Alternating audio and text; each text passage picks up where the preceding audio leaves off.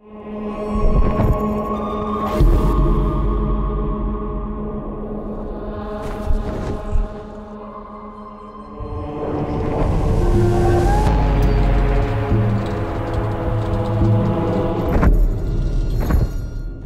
Inferno, there's just nowhere to just hang out. You know, I'm just going to go to the jacuzzi area. Anger is all about just intense violence and rage. Everything in the world is against you. Cutting limbs off, heads are coming off. Boom, boom, boom. Anger is definitely a level that Dante can sort of unleash his fury.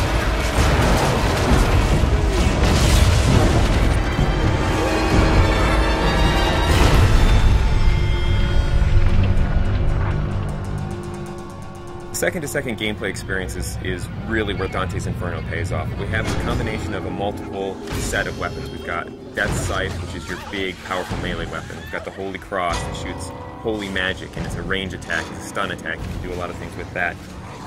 In addition to that, we have magic. You'll have magic powers that are on the righteous side and the unholy side. If you're in trouble and you want to like get out of the way or jump in the air or roll over there, whip out the scythe, blast the cross, all those things just kind of lead into each other. You don't kind of have to stop, start up something else. The main thing is you have a big ass scythe in your hand. We had like a sword at first. It wasn't feeling right, it just felt small and puny. The scythe's the thing here, that's almost the other character in there. The scythe that Dante uses is actually Death Scythe. It's dark, it's evil, it's punishing, it's sharp.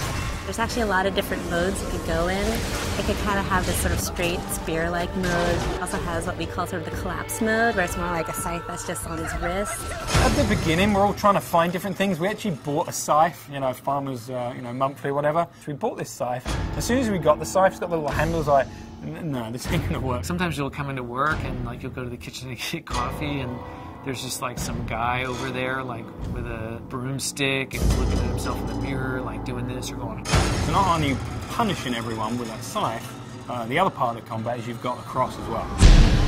The cross primarily is about stunning, pushing back, holding off enemies to buy yourself time. You know, it never really touches anyone physically. It's more about the power that they get from it. It's a little bit more about crowd control.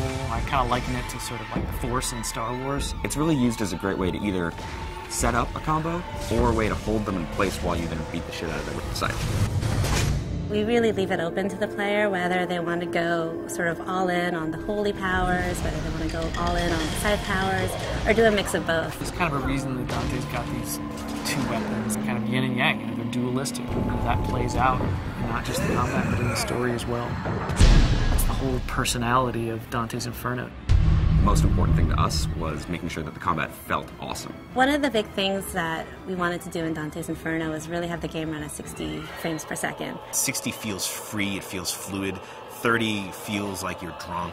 I mean, we did some tests, you know, where we took 30 and we took 60. You can totally tell the difference. As soon as you go to 60, you just see the flow, you see the trails, the scythes leaving behind, it's just the smoothness.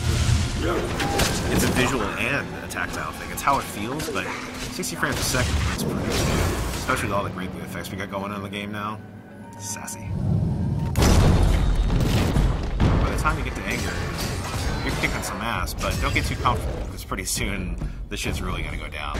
Going to anger, which is really combat focused, and you're really gonna test your skills in that arena. Then you're gonna go into heresy, which I think will make you think about certain things that you may not normally think about in a video game. Dante starts to go wild.